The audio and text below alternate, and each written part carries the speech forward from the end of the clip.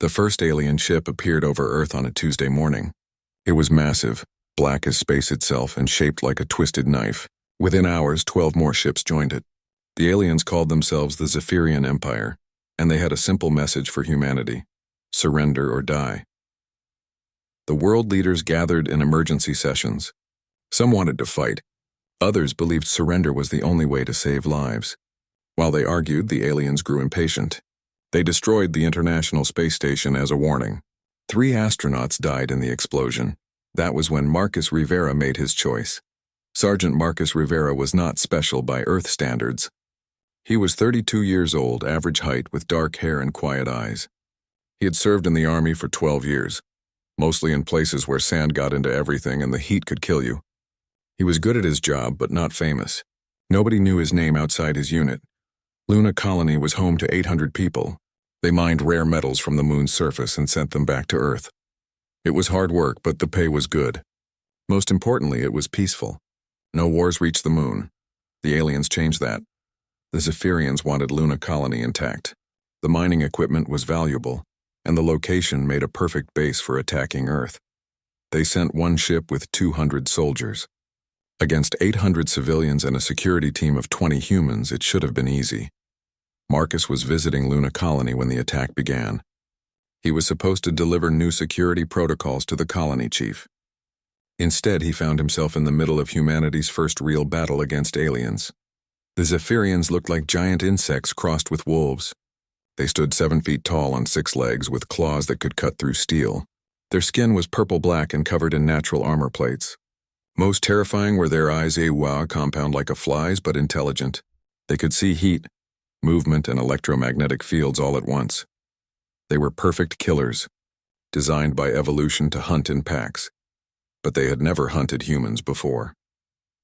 Marcus watched the first wave of aliens land near the main entrance. They moved in perfect formation, following patterns that had worked on a dozen worlds. Each soldier knew exactly where to go and what to do. Their commander stayed back, directing the attack through implanted communications. It was beautiful, precise, and completely predictable. Marcus smiled for the first time in days. He had fought insurgents who used improvised weapons and tactics that changed every day. These aliens might be stronger and faster, but they fought like a textbook. And Marcus had read that textbook many times. He gathered the colony's security team in the maintenance tunnels below the main complex, 20 scared guards with basic training and light weapons. Against 200 alien soldiers, they had no chance in a fair fight. Marcus never fought fair. "Listen carefully," he told them. "We're not going to stop them from taking the colony. We're going to make them wish they'd never heard of humans." The aliens expected resistance at choke points in the main entrance, the control room, the power station. Marcus gave them exactly what they expected. He positioned guards at obvious defensive positions and told them to shoot a few rounds, then retreat. The aliens advanced according to their plan, taking minimal casualties while pushing the humans back. Meanwhile, Marcus crawled through the service tunnels with 2 volunteers. The Zephyrians had studied human buildings, but they didn't understand human maintenance access. Every human structure had hidden ways in and out, designed for repairs and emergencies. The alien commander stood in the colony's main plaza, coordinating the attack. He felt confident. The humans were retreating in disorder, just as the tactical computers had predicted. In 30 minutes, Luna Colony would belong to the Empire. Marcus emerged from a waste disposal chute 10 feet behind the commander. He killed 2 guards with his knife before they knew he was there. The commander spun around, raising his weapon, but Marcus was already moving. The alien was faster and stronger, but Marcus had fought in narrow spaces before. He used the commander's size against him, staying close where the alien's longer reach meant nothing. When the commander fell, his soldiers heard his death scream through their neural links. For the first time in their military history, Zephyrian soldiers felt something they had no word for: confusion. Their perfect formation began to break down. Some soldiers rushed toward their commander's position. Others continued following their original orders. Without central coordination, they started making mistakes. Marcus made them pay for every mistake. He appeared behind alien patrols like a ghost, killing 1 or 2 soldiers before vanishing into the tunnel system. He sabotaged their equipment, turning their own technology against them. When they tried to follow him into the tunnels, he collapsed sections, trapping them in the dark. The aliens had night vision and motion sensors, but Marcus knew something they didn't: how to be still. He had learned patience in desert wars, lying motionless for hours while enemies passed inches away. The Zephyrians could see heat and movement, but they couldn't see a human who had learned to control both. By the time reinforcements arrived from the alien ship, 60 Zephyrian soldiers were dead. The survivors were scattered and demoralized. They had taken Luna Colony, but it felt like defeat. The alien ship's captain demanded a full report. How had 20 primitive humans killed 60 advanced soldiers? The surviving commander tried to explain, but the words made no sense. The humans hadn't fought like any species in the galactic database. They ignored tactical doctrine, used their own weaknesses as weapons, and turned every advantage against itself. One name kept appearing in the reports: Marcus Rivera. The human who fought like a phantom, who struck from nowhere and vanished like smoke. The soldiers who had seen him described something impossible. Ow! A predator that hunted other predators. The captain filed the report and marked it classified. But information has a way of spreading, especially when it challenges everything a civilization believes about warfare. Word reached other Zephyrian fleets. A human soldier had killed 60 of their best troops. The story grew with each telling. Some said he was 8 feet tall. Others claimed he could become invisible. The reports were confused and contradictory, but they all agreed on one thing: there was something different about this human. Marcus didn't know about any of this. He was busy helping Luna Colony survivors establish a hidden base in the mining tunnels. The aliens controlled the surface, but humans had always been good at living underground. They would continue the fight from the shadows, making the Zephyrians pay for every inch of territory. 3 weeks later, a Zephyrian patrol found the bodies of their advanced scouts in an abandoned mining shaft. They had been killed efficiently, professionally, with no wasted motion. Carved into the wall above them was a simple message in alien script: Ghost was here. Marcus Rivera had chosen his war name. He didn't know it yet, but he had also chosen to become something the galaxy had never seen before: a human legend written in alien blood.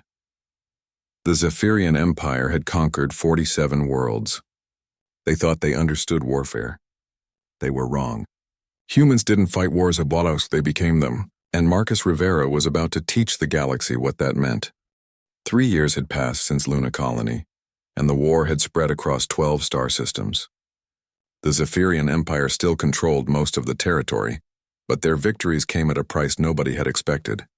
Every planet they took cost them more soldiers than the last. Every base they built became a target for human raids. The problem had a name.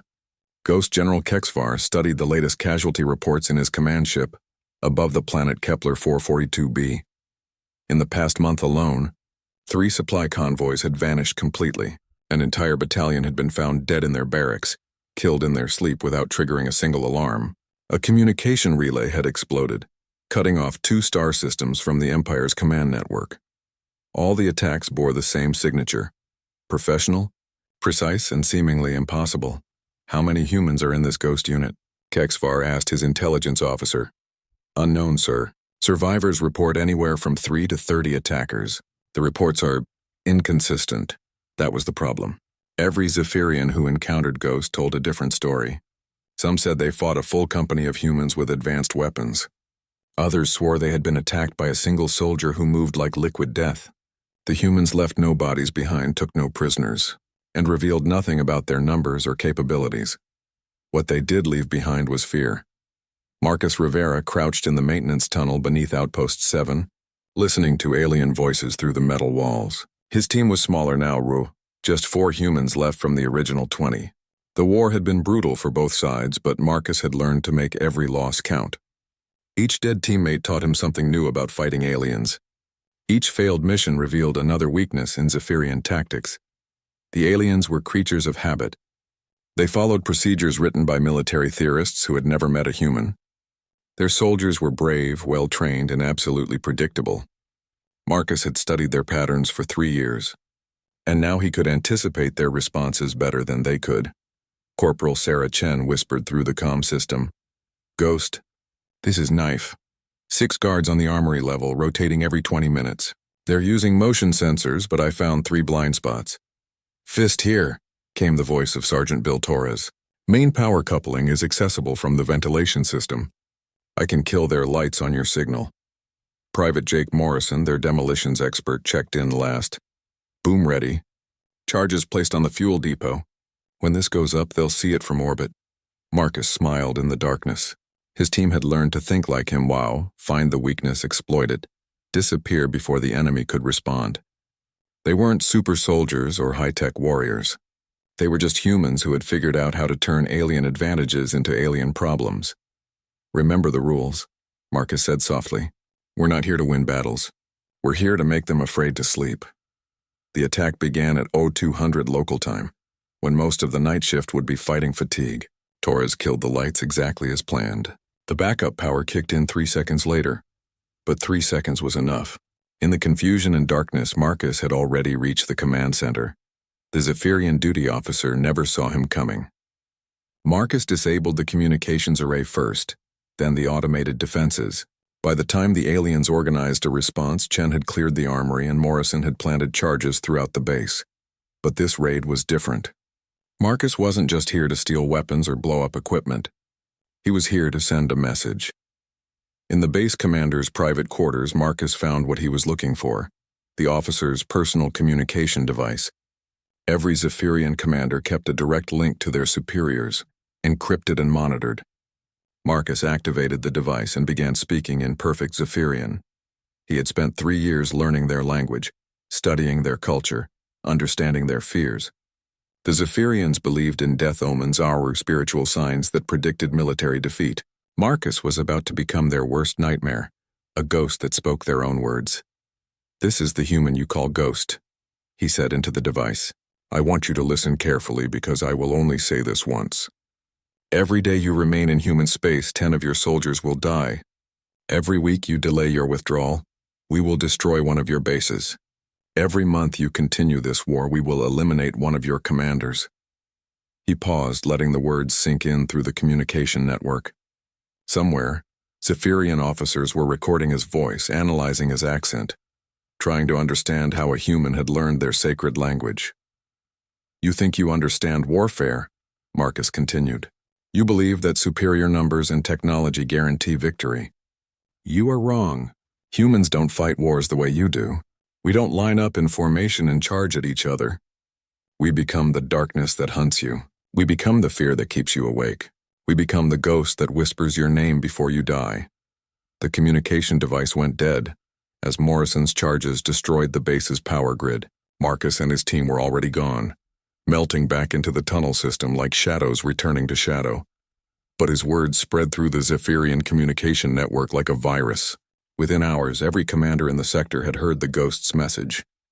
Within days, it had reached the highest levels of the Empire's military command. The effect was immediate and devastating. Zephyrian soldiers began requesting transfers away from human space. Supply convoys demanded military escorts, slowing down the Empire's logistics.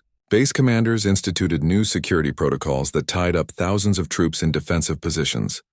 More importantly, they started making mistakes. Fear made them jump at shadows, shoot at false alarms, and see enemies where none existed.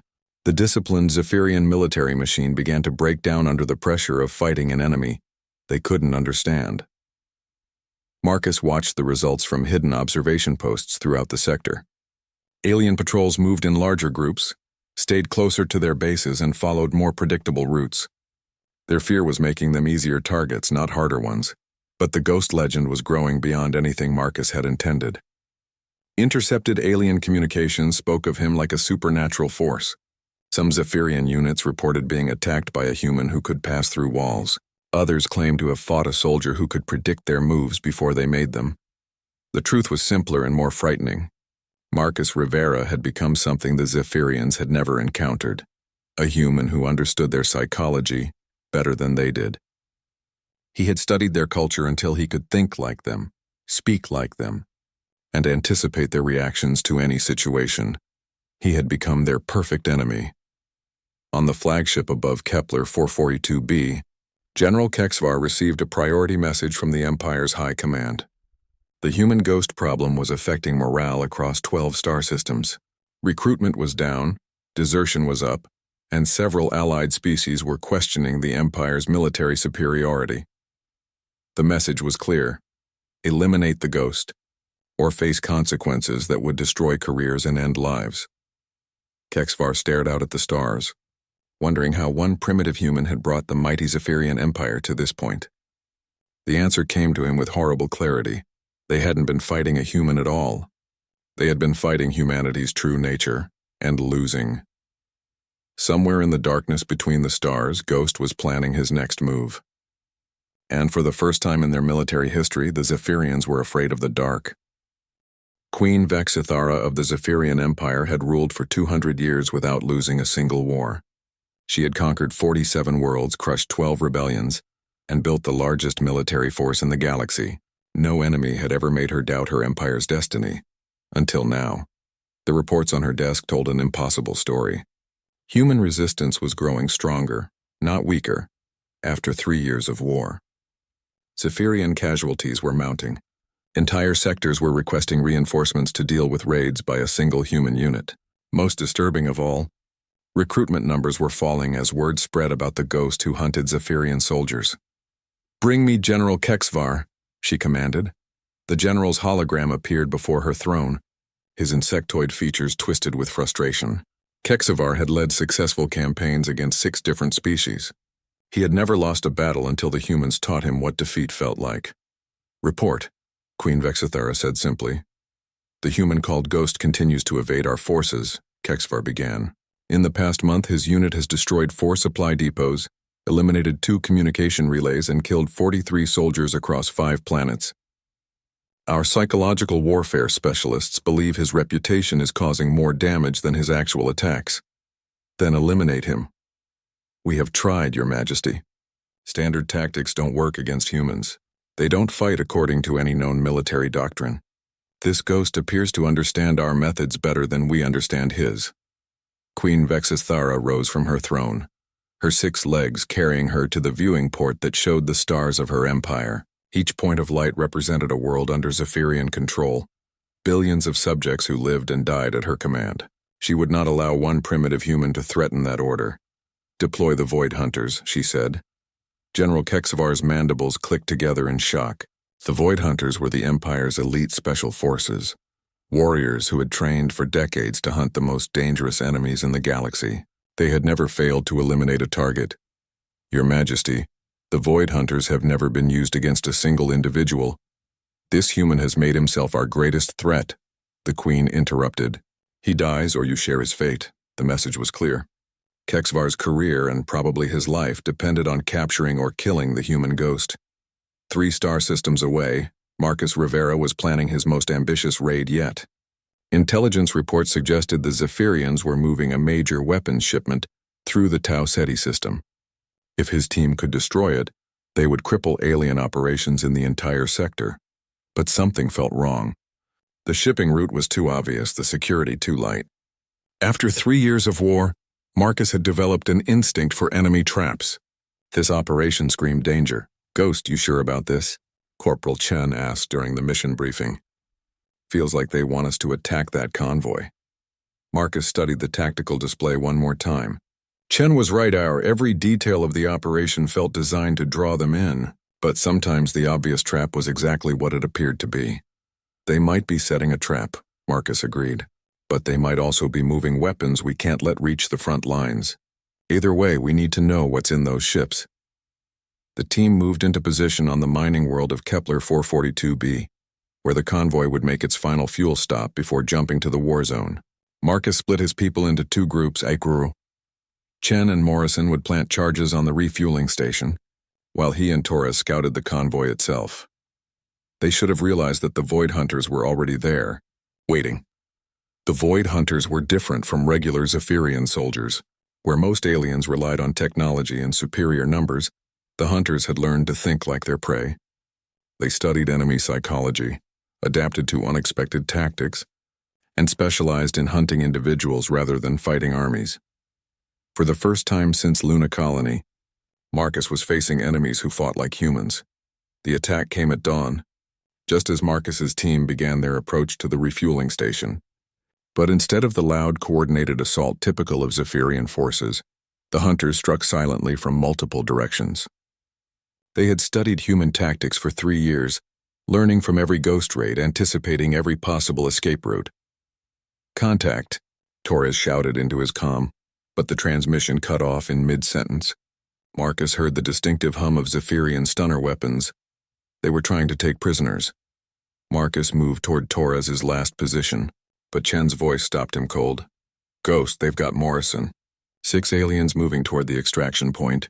I'm pinned down." For 3 years, Marcus had been the hunter. Now he understood what it felt like to be prey. The Void Hunters had turned his own methods against him, using human tactics to trap humans. They knew he wouldn't abandon his team, and they were using that knowledge to force him into the open. Marcus made his choice. He had survived this long by being unpredictable, by doing what enemies didn't expect. The hunters expected him to try rescuing his team. Instead, he would give them what they really wanted, himself. He triggered his emergency beacon, broadcasting his position to every Zephyrian unit in the system. Then he walked out of cover with his hands raised, his weapons on the ground. "I am the human you call Ghost," he announced in perfect Zephyrian. "I surrender in exchange for the lives of my soldiers." The effect was electric. Across the planet, alien forces stopped what they were doing to stare at the impossible sight. The legendary Ghost, standing in the open with his hands up. Some soldiers couldn't believe it was real. Others thought it had to be a trap. The Void Hunter commander emerged from concealment, his weapon trained on Marcus. Unlike regular soldiers, the hunter showed no surprise or confusion. He had studied human psychology long enough to understand that their pack bonds could be exploited. "You will come with us," the hunter said in accented English. "Your soldiers will live if you cooperate." Marcus nodded, allowing alien restraints to be placed around his wrists. As they led him toward their transport, he caught a glimpse of Chen and Morrison being loaded onto a different ship. Torres was wounded but alive, carried on a stretcher by medical personnel. The trap had worked perfectly. The Void Hunters had captured the galaxy's most wanted human, and they had done it by understanding what humans valued most, each other. As the transport lifted off from Kepler 442b, Marcus Rivera smiled for the first time in months. The aliens thought they had won by capturing him. They had no idea they had just transported their worst nightmare directly into the heart of their empire. The Ghost was going home to meet his enemies face to face. And he was bringing gifts they would never forget. Queen Vexithera received the news 3 hours later. The human Ghost was in custody, being transported to her flagship for interrogation. After 3 years of humiliation, the Empire would finally have its revenge. She had no way of knowing that Marcus Rivera had been planning this moment since Luna Colony. Every raid, every attack, every terrifying message had been designed to bring him to exactly this place.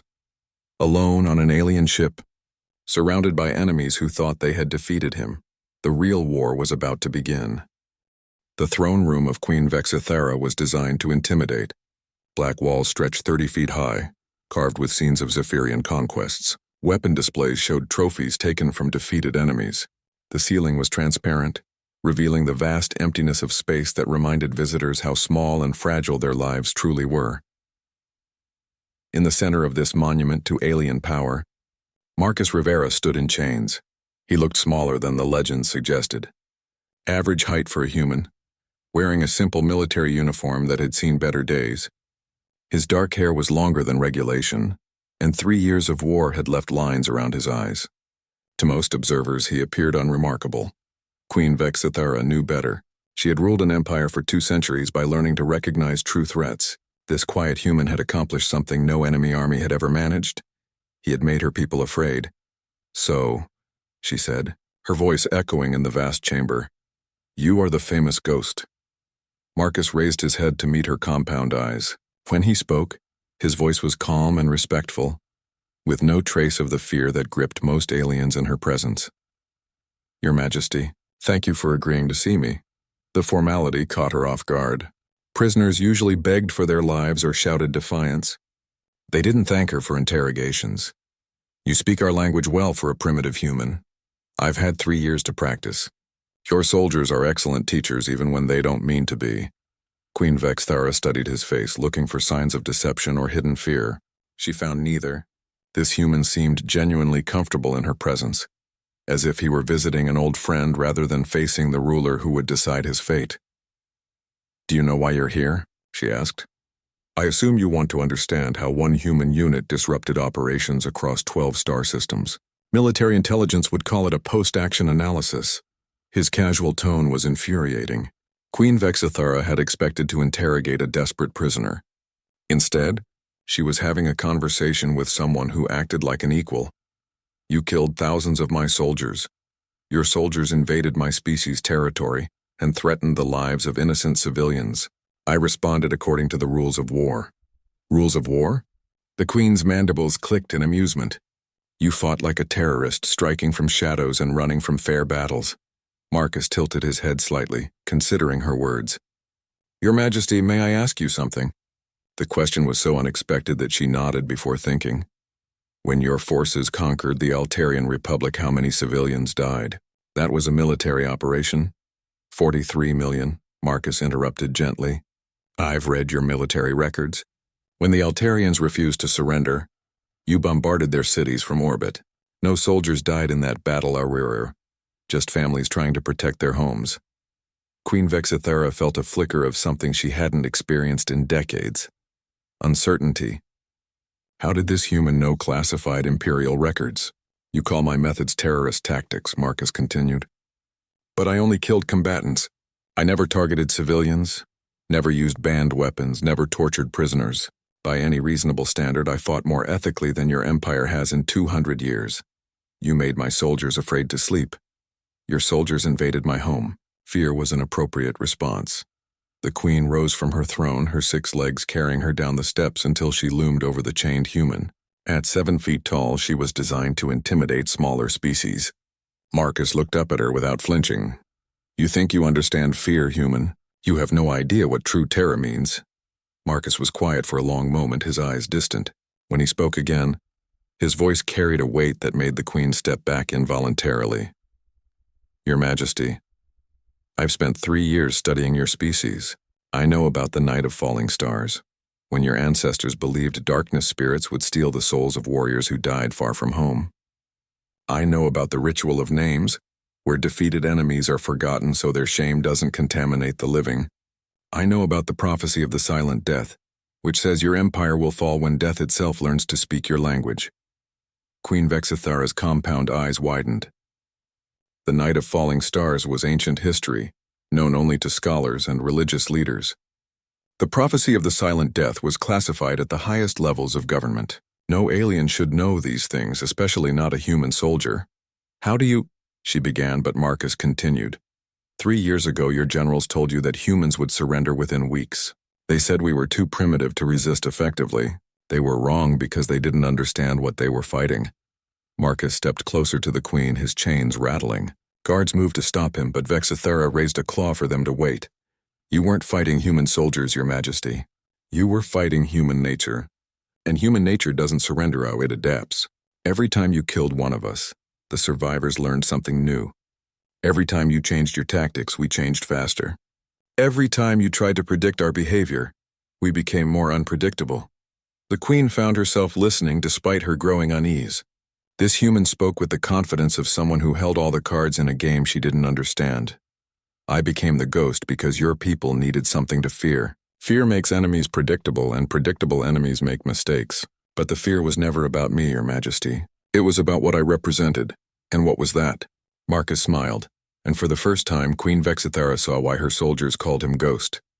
There was something inhuman in that expression, something that belonged to the darkness between stars.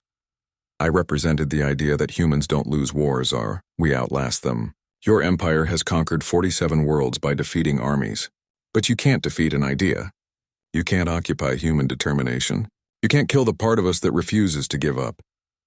The throne room fell silent except for the hum of life support systems. Queen Vexithara realized that somewhere during the conversation, the dynamics had shifted. She was no longer interrogating a prisoner, wow. She was being educated by an enemy who understood her empire better than she did. "You believe you've won by capturing me," Marcus said softly, "but I'm not the real threat. I'm just one human who learned to fight your war better than you do. Kill me and 10 more will take my place. Imprison me and 100 more will learn from my example. The ghost was never about Marcus Rivera, Your Majesty. It was about proving that humans can become whatever we need to become.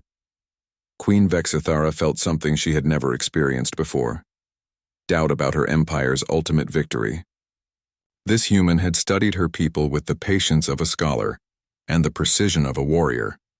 He had turned their own cultural fears against them, spoken their language better than some natives, and demonstrated an understanding of warfare that challenged everything she believed about military superiority. "What do you want?" she asked finally. Marcus's smile widened, and she realized with growing horror that this entire conversation had been leading to this moment. The capture, the interrogation, even her decision to see him personally, it had all been part of a plan she was only now beginning to understand.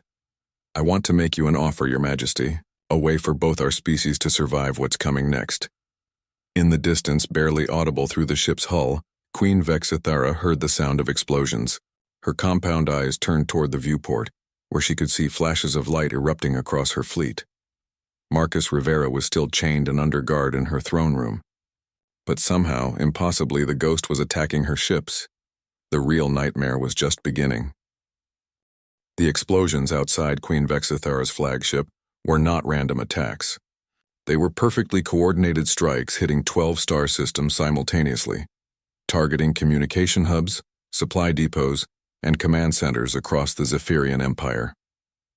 In the space of 10 minutes, humanity launched the largest military operation in their species' history. Marcus Rivera stood calmly in his chains as alarms blared throughout the ship. Queen Vexithara's compound eyes darted between him and the tactical displays showing her empire under assault. The timing was impossible, Abo. No human force could coordinate attacks across such vast distances. "How?" she demanded. Marcus smiled, the patient smile of someone who had been planning this moment for 3 years. "Your Majesty, what do you know about human information warfare? Answer me. Every time your soldiers captured human equipment, they thought they were gaining intelligence. They never realized they were also giving it. Every communication device you studied, every computer you analyzed, every piece of technology you reverse-engineered, it all carried hidden transmissions back to Earth." Queen Vexithara felt ice forming in her alien heart. "You've been spying on us. We've been learning from you. Human computer specialists spent 3 years studying your communication protocols, your tactical doctrines, your fleet movements. We didn't just intercept your messages, we understood them. We learned to think like Zephyrians." The tactical displays showed the scope of the disaster. Human forces were hitting targets the Empire didn't even know were vulnerable. Supply lines that had operated safely for months were being severed with surgical precision. Command posts that should have been impossible to locate were going dark one by one. "This is impossible." General Kexvar's voice came through the communication system. "Human forces don't have the capability for this kind of operation." Marcus laughed, a sound that made every Zephyrian in the throne room step back. "General, you still don't understand what you're fighting. You keep thinking of humans as a primitive species with limited technology, but we don't need advanced weapons to defeat you. We just need to be better at using your own systems against you." Queen Vexithara watched her empire burning on the tactical displays. 3 years of careful planning was unraveling in real time, but one thing still didn't make sense. If you could coordinate all this, why did you let yourself be captured? Because the real target was never your fleets or your bases, Your Majesty. It was you. The words hit her like a physical blow. Marcus Rivera had allowed himself to be taken prisoner specifically to reach this room, this moment, this conversation.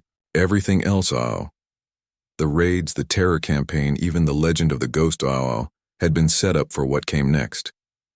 "You see, we studied more than your military doctrine," Marcus continued. "We studied your culture, your history, your psychology. We learned about the night of falling stars and the prophecy of the silent. Death, we discovered something interesting about Zephyrian leadership."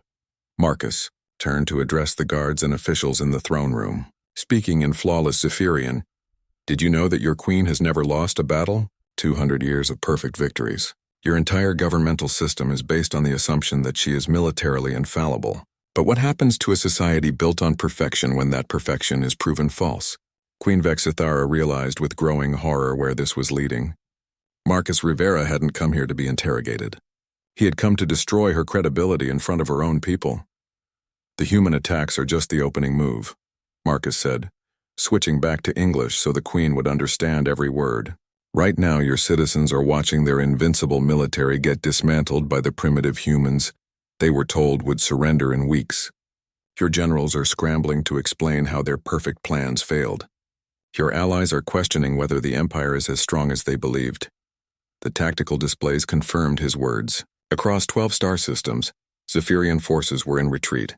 Human ships that shouldn't have existed were outfighting alien vessels using tactics the Empire had never seen before. Worse, other species that had remained neutral in the war were now openly supporting the human alliance. "You're causing a rebellion," Queen Vexthara whispered.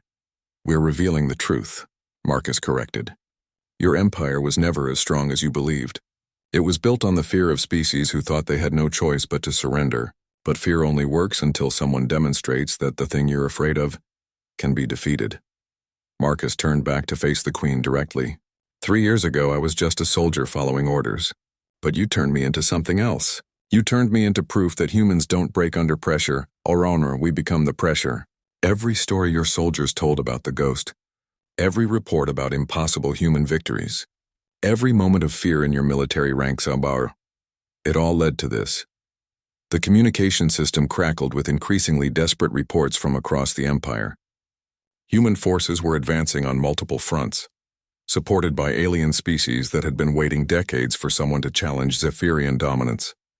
The perfect military machine was falling apart because it had never been designed to handle defeat. "What do you want?" Queen Vexthara asked again, but this time her voice carried no authority. She was no longer a conqueror interrogating a prisoner. She was a ruler watching her empire collapse, talking to the man who had made it happen. Marcus Rivera studied her for a long moment, his dark eyes weighing something she couldn't understand. When he finally spoke, his voice was surprisingly gentle. "I want what I've always wanted, Your Majesty. I want to go home. I want my people to be safe. I want to live in a galaxy where might doesn't automatically make right." He gestured toward the tactical displays showing the ongoing human offensive. "This can end one of two ways. You can keep fighting, and human forces will continue to demonstrate that your military superiority is an illusion. Your empire will fragment as more species realize they don't have to submit to Zephyrian rule. Eventually, you'll face a galaxy-wide rebellion that will destroy everything you've built." Queen Vexithara waited for the alternative, though she suspected she already knew what it would be. "Or," Marcus continued, "you can be the queen who chose wisdom over pride. You can withdraw Zephyrian forces from human space and establish a peace treaty based on mutual respect instead of conquest. Your empire keeps the worlds that joined willingly, but releases those that were taken by force. You're asking me to give up half my territory. I'm offering you a chance to keep the other half, and more importantly, I'm offering your people a chance to survive what comes next." "What comes next?" Marcus's smile returned, and Queen Vexithara saw the ghost one final time. Oh. Not the soldier who had terrorized her forces, but the human who had outthought an entire galactic empire. "Humanity has 3 billion people, Your Majesty. For 3 years you've been fighting one small unit led by a single sergeant. Now imagine what happens when all 3 billion decide to become soldiers. Imagine a species where every individual has the potential to become the thing you fear most." The throne room fell silent except for the distant sounds of battle. Queen Vexithara looked at the tactical displays, at her panicking advisors, at the guards who no longer seemed certain who they should be protecting. Then she looked at Marcus Rivera, the human who had taught her empire the price of fear. "If I agree to your terms," she said finally, "what guarantee do I have that humans won't continue their attacks?" "You have my word," Marcus replied simply. "And after 3 years, Your Majesty, you know what that's worth." Queen Vexthara made her choice. With a gesture that would echo through galactic history, she ordered her forces to stand down and begin withdrawal from human space. The war was over. The legend of the ghost would live forever in Zephyrian military academies, as a reminder that sometimes the greatest victories come not from superior force, but from superior understanding of what makes enemies tick.